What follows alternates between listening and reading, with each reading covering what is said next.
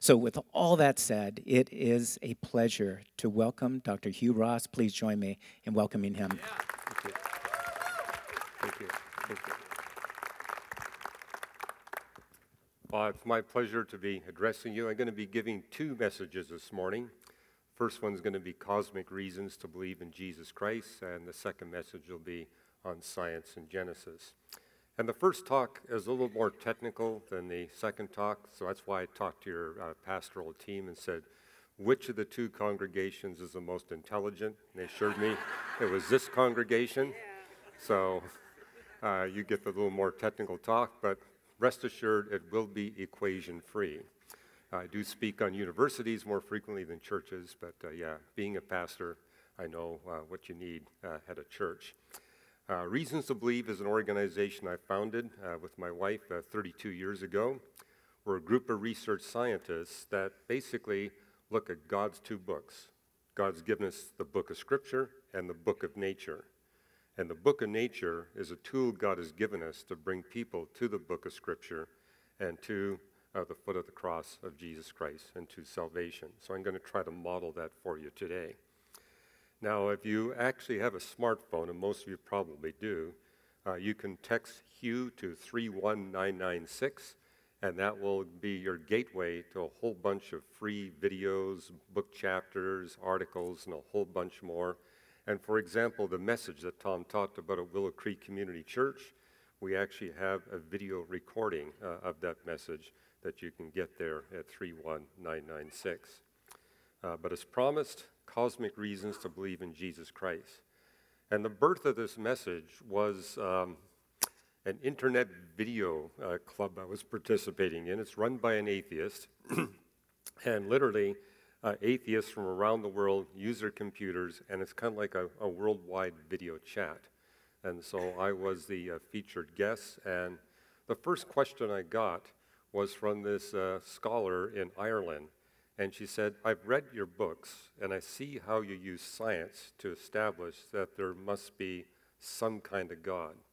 But tell me, how do you go from deism to theism and theism to the God of the Bible using science alone?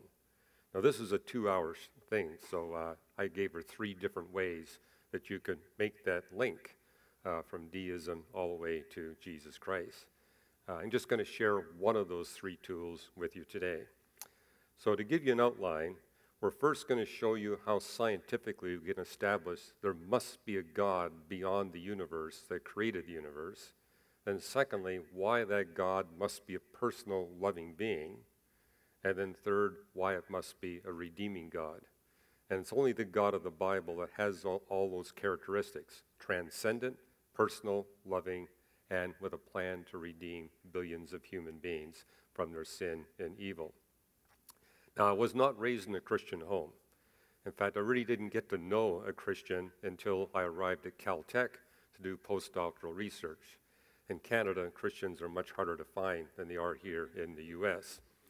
But I became a student of astronomy at age 7, and it's my astronomy that brought me to believe in a Gideon Bible I was given in a public school, and I give my life to Jesus Christ. And I was studying the Bible in my late teenage years, which was the same time that physicists in Britain were developing the first of the space-time theorems. And today we have 30 of those space-time theorems. In fact, I brought one of them with me this morning. It's titled, Inflationary Space-Times Are Not Past Incomplete. It means a paper you all got to get. It's just fascinating reading. And if you're fans of tensor calculus, you won't be able to put this thing down. However, it does end with a page that I think everyone can understand. And this is the gist of the conclusion of this theorem. Basically says that any universe that expands on average throughout its history must have a space-time beginning, which implies there must be a causal agent outside of space and time who creates space, time, matter, and energy. Now, the gentleman who published this theorem actually came up with ways to avoid this causal agent. But these were models of the universe that would not permit the existence of physical life. Only a universe that expands on average throughout its history will permit the existence of physical life. So the very fact that you're sitting here today is proof that there's an agent beyond space and time who created our universe of matter, energy, space, and time. And my story is one of going through the world's holy books to see if any of them match what I was seeing in astronomy. And what you notice is the other holy books speak of God or gods creating within space and time that eternally exists. But the Bible stands alone in saying space and time don't exist until God brings the universe into existence. Now, it's interesting about this theorem. One of the authors, Alexander of Lincoln, a couple years later brought out a book. And this is what he said in the book. And Alexander of Lincoln is not a Christian, but this is what he says. Quote, "With the proof now in place, cosmologists can no longer hide behind the possibility of a past eternal universe. There is no escape. They have to face the problem of a cosmic beginning." And what is that problem? Proof of a space-time beginning implies a causal agent beyond space and time who creates our universe of space-time, matter, and energy. In other words, a transcendent God must exist. And if you go to my office, you'll see I got a collection of books written by atheist astronomers and physicists. But the latest of these books are conceding deism. Even Lawrence Krauss, in his book, A Universe from Nothing, says on page 173, there's no way we can take deism off the scientific table because of the force of these theorems. And so when I'm debating physicists and astronomers these days, the debate is not over whether or not God exists. Although one little caveat, they don't like to call him God. They call him the causal agent beyond space and time that creates everything. But technically, I think that's a dictionary definition of God. But the real debate today is not over God's existence, but whether or not this God is a personal being. Is God personal? And did he design the universe and earth for the redemption of billions of human beings? Now, I'm sure that most of you are aware the Bible is filled with passages that talk about the beginning of the universe. After all, it opens with, "In the beginning, God created the heavens and the earth."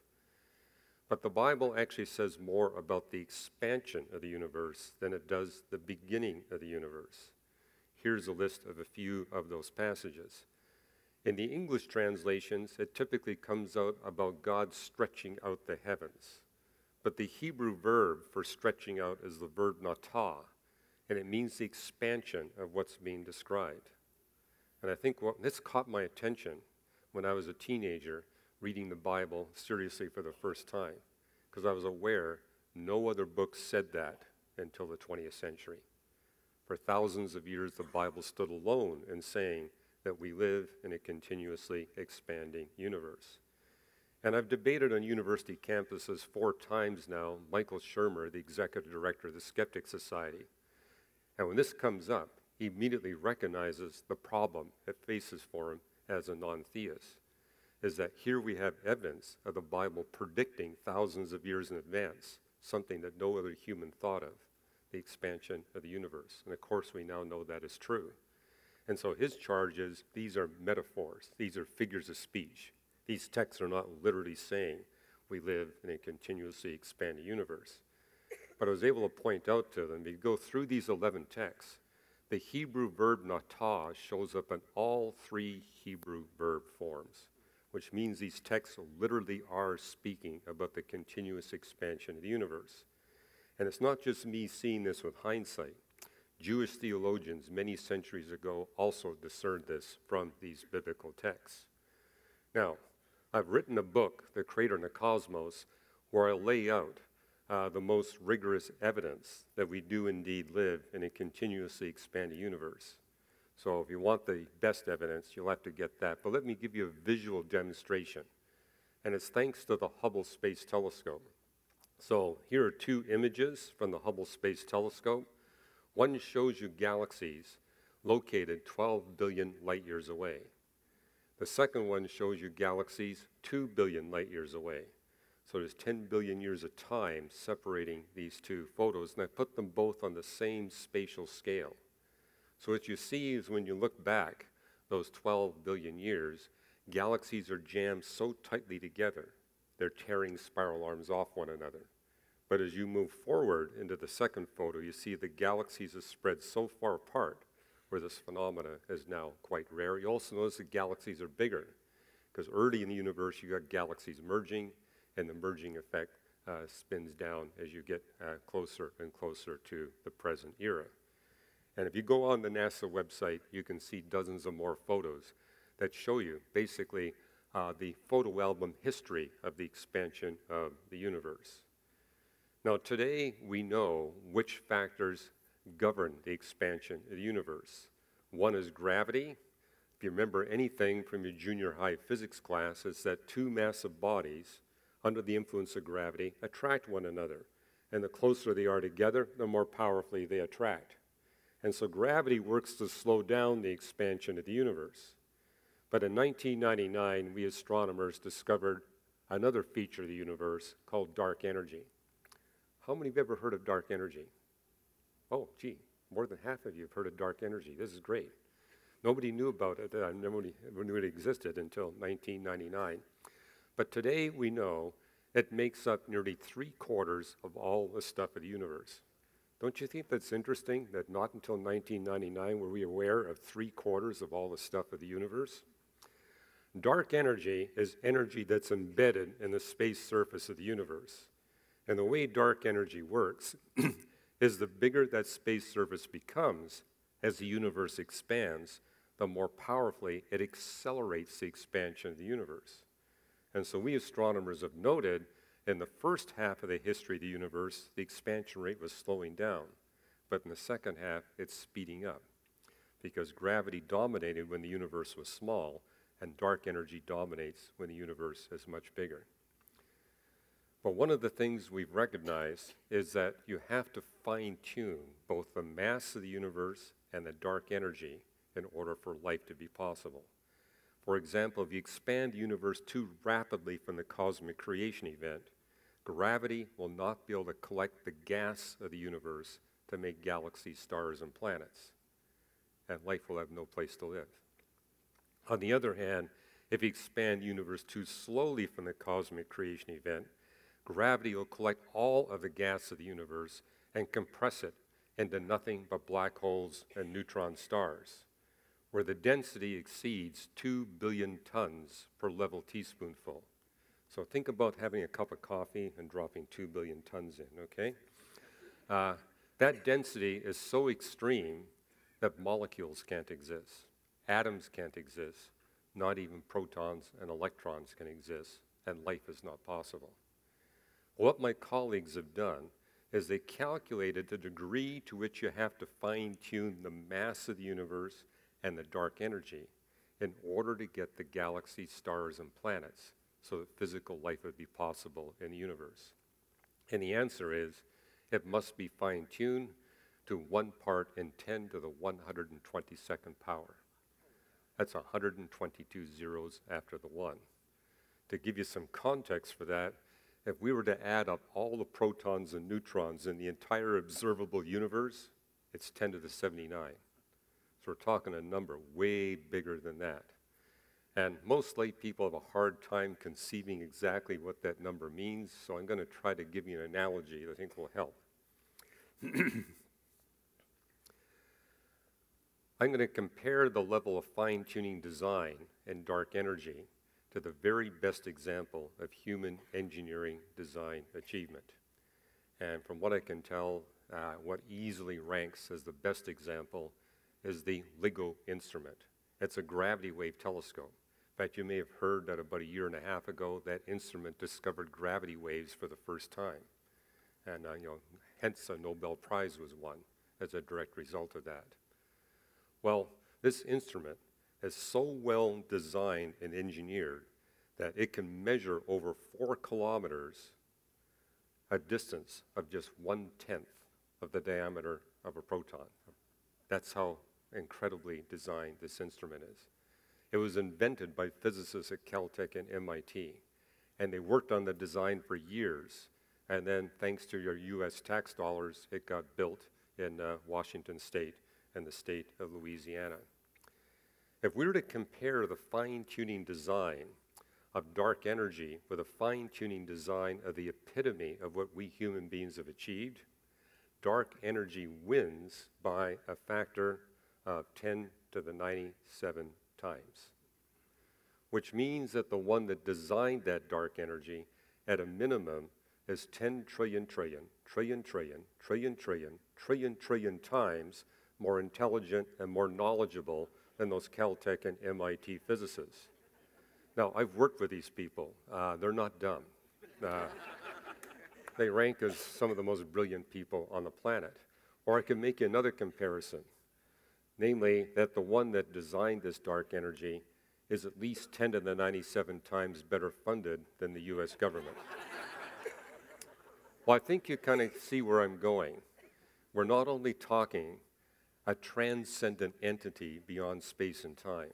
We're talking a personal being, because only a personal being can manifest the attributes of intellect, knowledge, creativity, and power. And evidently, to such a very high degree, it far exceeds that which is claimed by the gods of the non-biblical religions. That alone isolates the God of the Bible. Now, that conclusion has not just been drawn by people like myself, who are Christian astrophysicists. It's also been drawn by theoretical physicists who are atheists. I have a paper here, another paper, and it's titled Disturbing Implications of a Cosmological Constant, which is another term for dark energy, written by three theoretical physicists, Lisa Dyson, Matthew Kleban, and Leonard Susskind.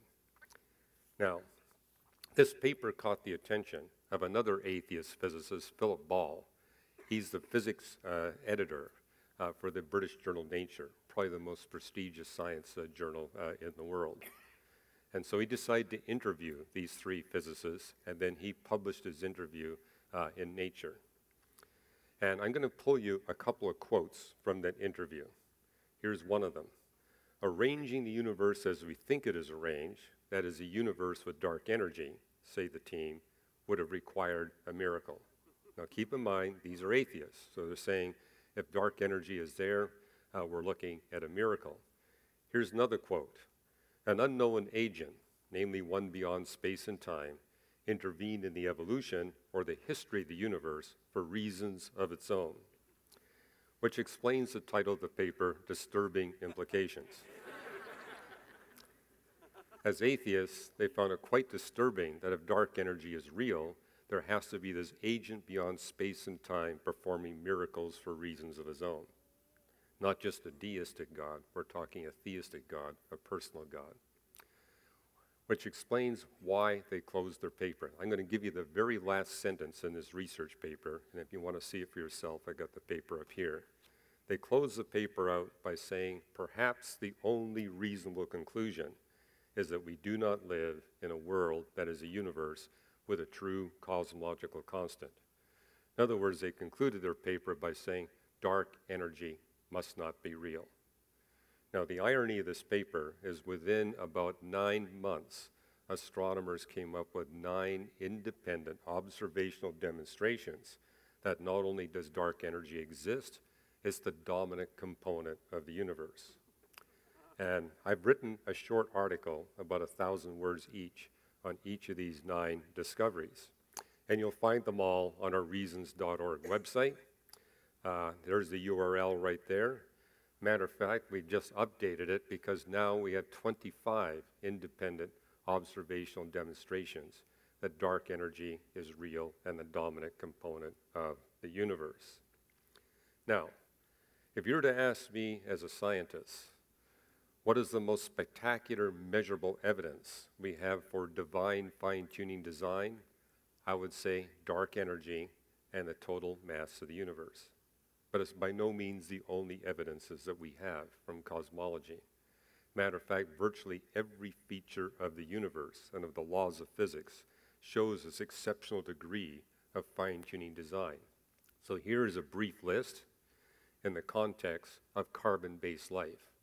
And today we know that if you want physical life, it must be carbon-based. Years ago, we ruled out boron, silicon, arsenic, and other possibilities.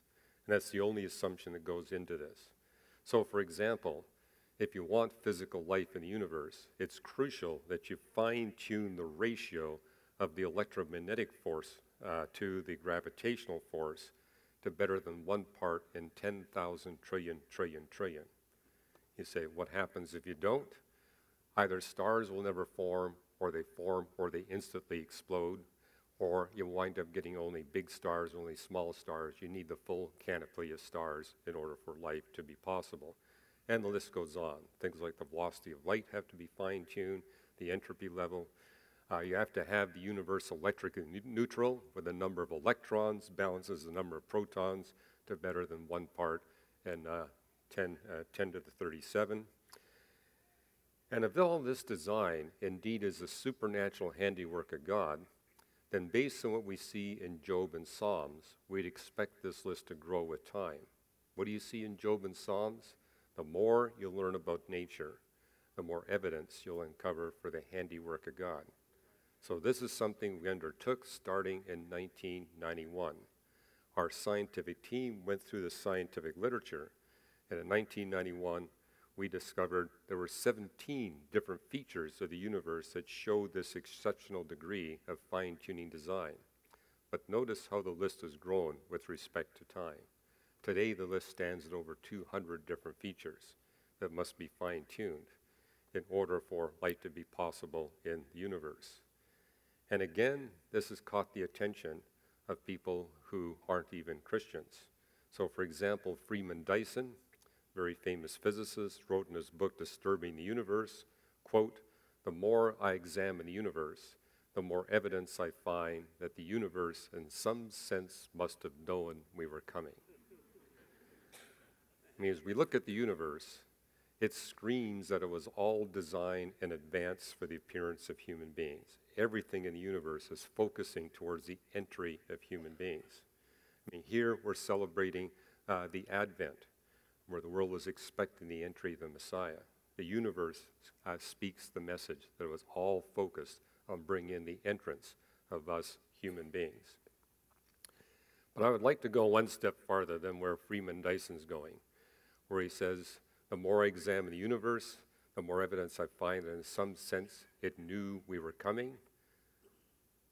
It also knew that the Creator had a plan to redeem billions of us human beings. Romans 8:21 to 22. It says, the entire creation groans, subject as it is to this pervasive law of decay. And hey, everything we see in the universe is subject to decay. Everything is decaying. If you don't believe that, just look at one another. We're all in the process of ongoing decay. Okay, everything is decaying. And this goes back all the way to the very beginning of the universe. But there's a promise in Romans 8. A time will come when creation will be liberated from its bondage to decay. But that won't happen until the full number of human beings that God redeems to himself through what Christ has done on the cross indeed has been fulfilled. And that number has not yet been reached. So we're still experiencing this pervasive law of decay. And you say, why this pervasive law of decay? Well, I've written a book, Why the Universe is the Way It Is, where I basically make the point, every feature of physics, every feature of the laws of physics is fine-tuned to be a tool to enable God to quickly and efficiently eradicate evil and suffering, while at the same time enhancing the free will capability, the love capability of people who choose to have an eternal relationship with him. We're living in a universe for the optimal physics, for the defeat and removal of evil, and for willing humans to receive redemption. So let me just give you one example. Notice that we live in a universe where the rate of decay is not so high as to discourage productive work. It is very high. It's amazingly high. I'll give you an example. You know, my wife really wants to have a pristine-looking front yard and backyard, and so she encourages me to do yard work on weekends. And, you know, but it literally takes an entire, like 4 or 5 hours on a Saturday to get it the way she wants it to look. But because of the rate of decay, within 2 weeks it looks like I've done nothing. And so I got to do it all over again. Now, if the rate of decay were even slightly higher, I don't think my wife could ever motivate me to do yard work. It's like, what's the point? But fortunately, it's not that high. But, as a scientist, I've often asked God, couldn't you have made it a little bit lower? Because what I notice is I spend about 2/3 of my time creating things and 1/3 of my time maintaining what I create. And so, yeah, wouldn't it be nice if it was a little better ratio than that? What we notice is the decay rate is not so low as to let sin and evil go unrestrained. And that's kind of what you see in Romans 8. This law of decay, this pervasive law of decay, remains in effect until sin and evil are no more. That implies that this law of decay fulfills a role in the conquest and removal of sin and evil. And you actually see this in Genesis chapter 3. The moment that Adam and Eve rebelled against God and introduced sin and evil into the world of humanity, God told them from that point forward that they would experience more pain, more work, and more wasted time. That's what the thermodynamics does for you. The more sin you commit, the more evil you bring into the world, the more pain you're going to experience, the more work you're going to have to do, and the more time you're going to have to waste to undo the damage of your sin and evil. Now, biologically, we're designed that none of us likes wasted time, extra work, or extra pain. And so the laws of physics actually act as a powerful motivator to encourage us to avoid evil and to pursue virtue. It also encourages us to recognize we can't do it on our own. Try as you might, it will not work. And so it's basically God's way of saying, you're only going to do this if you come to me for help. But if you come to me for help, I guarantee you'll overcome the evil and sin in your life. That's a wonderful thing that we see about the Christian faith. Now, I'll tell you a story that I think ties into this. I once sat down on an airplane seat, and a gentleman came in right next to me. There was just 2 seats. And he said, hello, I'm from Germany, and I'm a quantum physicist. I'm being flown to consult with Microsoft, and I'm an atheist and a skeptic. And it's really rare that people introduce themselves like that right away. So he said, well, who are you? And I said, well, I'm not a quantum physicist. I'm an astrophysicist. I'm not from Germany. I'm from Canada. I'm not a skeptic or an atheist. I'm a Christian. And he said, this is going to be a really interesting flight. He says, do you mind if I ask you some questions? And so I said, sure, ask away. He wanted to know, okay, why must the universe be so incredibly big? 200 billion galaxies, it seems like such a waste. So I explained to him why it has to be exactly the mass that it is in order to get carbon, oxygen, and nitrogen so life is possible. And he said, well, why does that have to be so old? And I said, well, if it was any younger than what it is, light from the cosmic creation event wouldn't have time to travel on the space surface so that we could see it through our telescopes. And if it was any older, then the universe would be expanding at its farthest reaches at greater than the velocity of light. I said, God wanted us to be able to read 100% of the history book of the universe and put us here at the precise time where that could happen.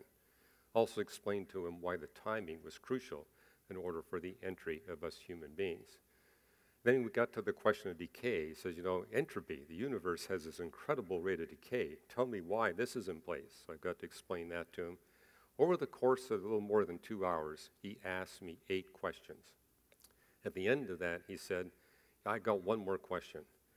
Why do you have such well-prepared answers to my questions? And I says, well, every one of your questions is the title of a chapter in one of my books. And he says, I don't believe you. Well, I had that book actually in my briefcase. So I pulled it out of my briefcase. He looked at the table of contents. This is not only my questions, it's the first 8 chapter titles in the book. So it was this book, Why the Universe is the Way It Is. And I was able to give it to him. I was also able to give him a DVD I had in my briefcase that was in the German language. And as we were walking to baggage claim, he said, I've just calculated the probability that the conversation we had today would take place and you would have those two items in your briefcase. He says, there's less than 1 chance in 2 billion. And he says, I know what happened today was not an accident. Now, I share that with you. I share that with you because I'm now working on a book that really doesn't say much about science at all. It's a theology text on 1 Peter, particularly 1 Peter 3:15, which basically states, if you will prepare good reasons for the hope that you have in Jesus Christ and are able to deliver those reasons with gentleness, respect, and a clear conscience, you will see God supernaturally bringing people to you that God is prepared to hear and respond to those reasons. Now, the first dozen times it happens to you, you'll think it's a coincidence. But when it happens hundreds of times, then you realize this is God's Spirit at work, just like in the book of Acts. And yeah, the story at our office is every time I come home from a flight, they say, tell us what happened on the airplane. But let me close with this verse, Psalm 97, verse 6. The heavens proclaim his righteousness, and all the people see his glory. Man, there are many passages in the Bible that talk about how the heavens proclaim the glory of God. But this is a text that says it also proclaims his righteousness. That's kind of why I framed the message I did today. But I'm going to end this with another story. Okay, I mentioned that I've debated Michael Shermer, the executive director of the Skeptic Society, 4 times on university campuses. He called me one day and he said, we're organizing an international conference of skepticism. And we're going to have hundreds of skeptics from all over the world come to Caltech to hear lectures on why there is no God. And we're inviting the top atheist physicists to come and speak. We'd like you at the very end to debate Victor Stenger. And I knew who Victor was. He's a particle physicist and has written many books on why he believes science shows that there is no God. And he says, yeah, we're going to call it the Great God Debate. And so would you be willing to participate? I said, fine. So we did the debate. Matter of fact, I think we've got a DVD of the debate up front. It's called The Great Debate. That's the title the Skeptic Society put on it. They sell it for $30. We're selling it for $5. We want you to see what happens when there's a scientific defense of the Christian faith. And also, I would encourage you, listen really carefully to the very end, because they give Victor Stenger the last word, and you won't believe what he said at the very end. An incredible concession. But to me, what was, I think, most rewarding was the 3 hours of conversations I had with the atheists after the debate was all over. And what they consistently told me was, this is the first time we've ever heard a scientific defense of the Christian faith.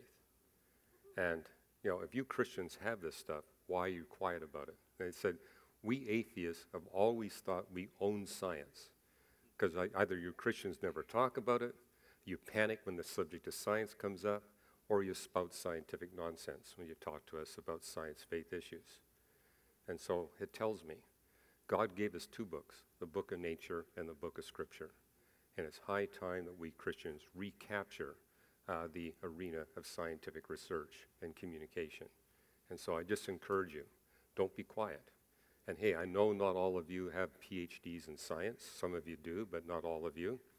And but that's what we're here for. Reasons to Believe is here basically to back you up. And you know, I just encourage you, start a conversation and then show them a resource, give them a resource, or point them in the right direction. Get the conversation started. One other thing I learned from that event is I said, I've been here all weekend, and thanks to this weekend I've had with you, I now have a brand new argument for why God must exist and why it must be the Christian God. And of course that raised their curiosity. I said, what is it? It says, I heard 5 of these leading physicists give talks on why there is no God.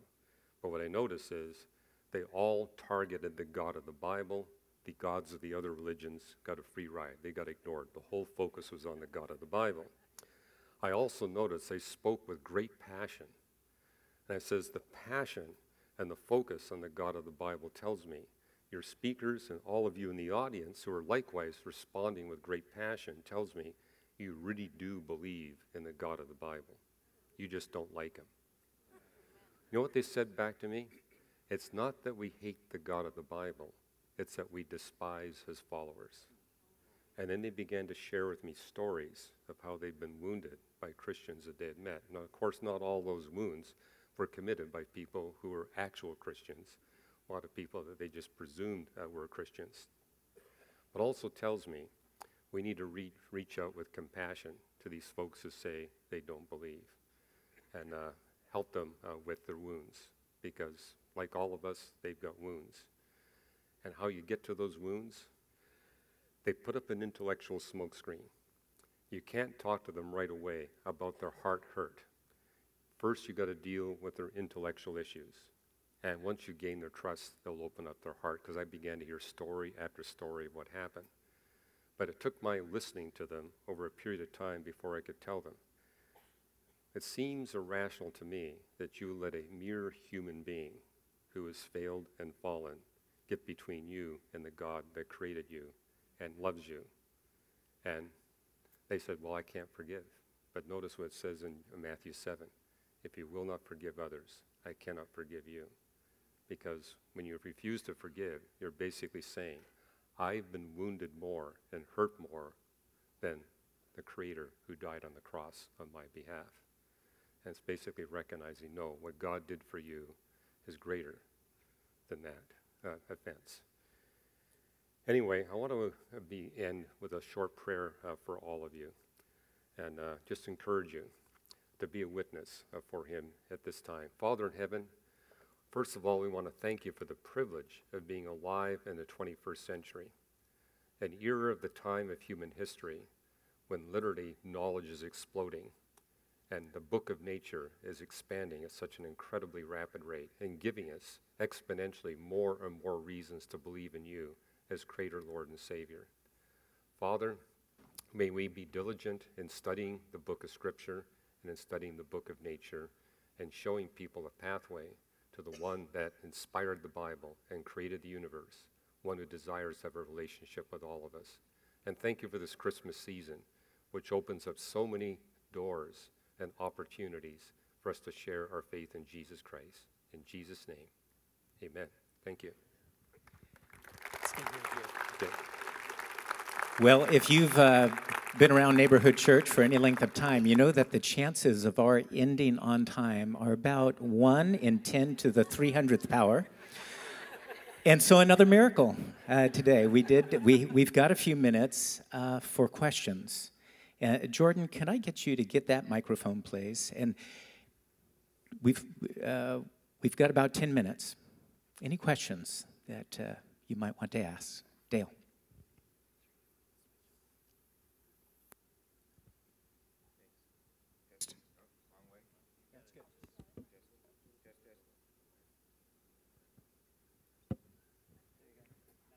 Test, okay.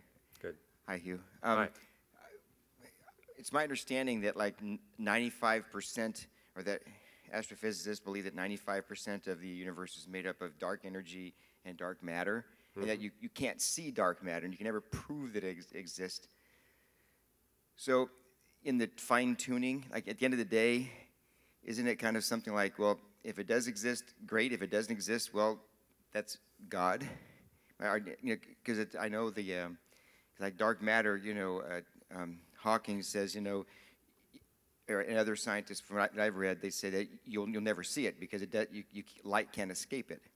So at the end of the, my point is at the end of the day, does it just show that you can balance the equation for the matter in the universe with dark energy and dark matter, but if it's not really truly there, does it really matter, or does it really have to be there, I guess is my question. Okay, good question.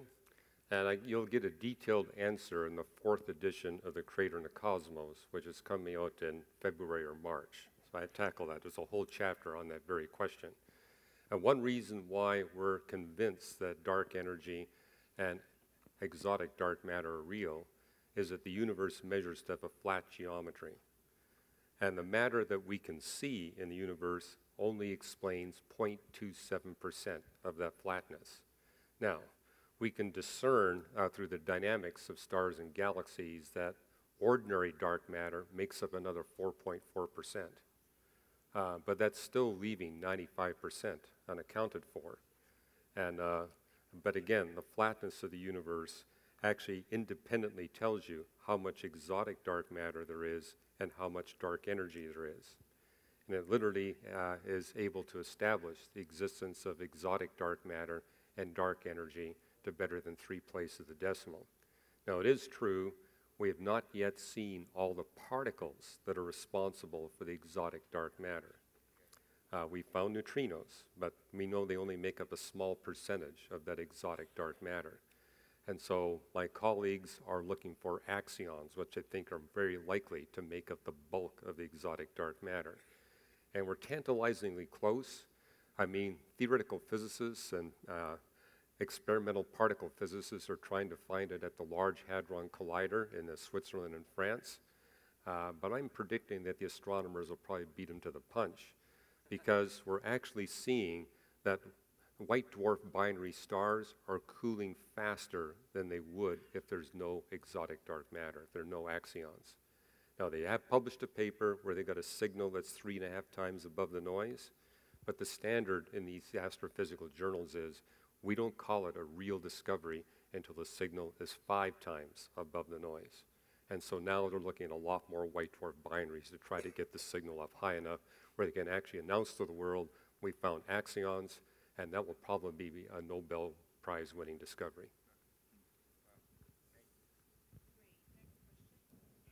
Next question. Yes, hi. Can science prove how Jesus walked on water? And if so, how does science prove that? Okay, can science prove that Jesus walked on water? Quick answer, no. Although here's one way you could get at it. What you see there is God performing a transcendent miracle. So it's a miracle that occurs outside of the laws of physics. Most of the times, God performs miracles within the laws of physics, but occasionally outside the laws of physics. But one reason I don't doubt that miracle, the creation of the universe, is another example of a transcendent miracle. God brought the universe into existence, totally outside of the laws of physics, because the laws of physics wouldn't even existed until the universe was brought into existence. So if God can create the universe, he can walk on water. Any other questions? Oh, a bunch. Got to get on it, Jordan. You mentioned that some of the scientists have concluded that there must be this cause. Must be what? A cause beyond Right. Time and matter, but not all. In brief, what would be their evidence or conclusion that, or something that would support their conclusion? Well, they would have to deny the principle of cause and effect, which is very difficult for a scientist to do because the entirety of science is based on the principle of cause and effect. But yeah, if you read the paper, it won't actually talk about the causal agent, but the very fact that they establish that space and time are created by the principle of cause and effect implies something beyond space and time that brought that into existence.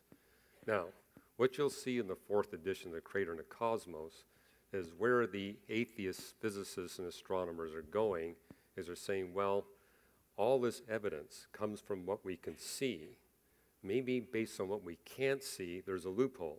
And they're basically appealing to when the universe was extremely young, less than 10 to the minus 43 seconds after the cosmic creation event, and they say our measurements can't penetrate that early era, and maybe physics is radically different. Well, what you'll see in the 4th edition of The Creator and the Cosmos, there's actually a way to penetrate that early era.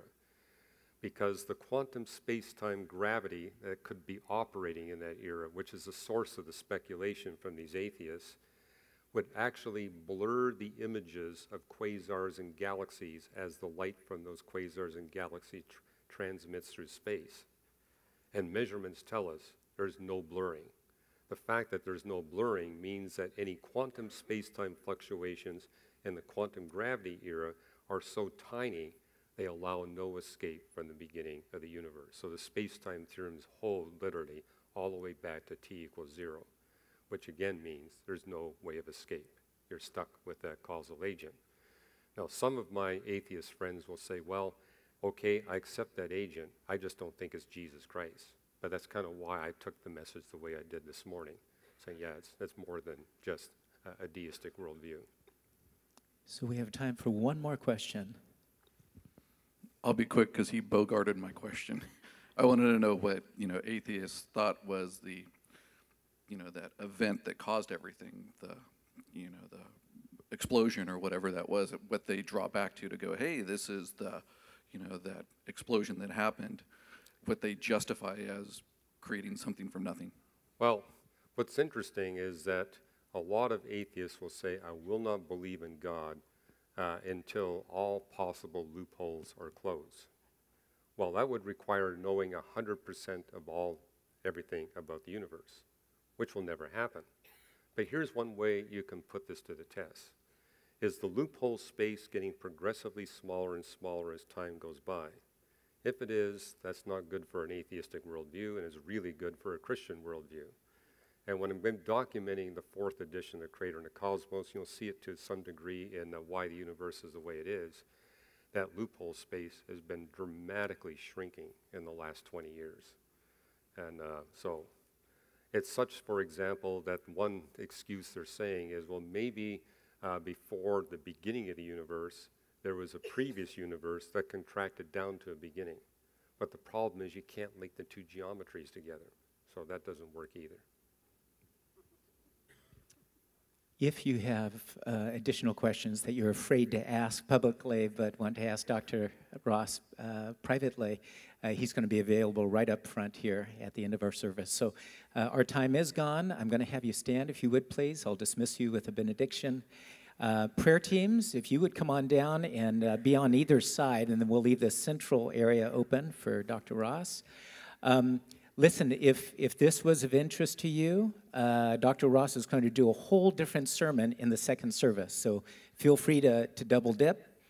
And then also, back in the lobby on the west side, there is a book table with a bunch of these books, as well as resources from Right On Mission, the organization that has sponsored Dr. Ross's being here. Would you join me in thanking Hugh Ross? Thank you.